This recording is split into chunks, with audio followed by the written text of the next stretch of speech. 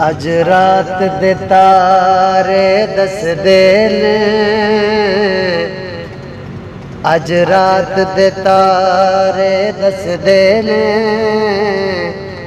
अज अर्श सजाया जाना है।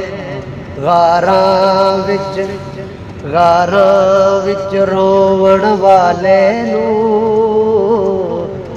अज मेहमान बुलाया जाना है। सफा बन के खलोना नबियां ने, रावां मल के बैणा वलियां ने।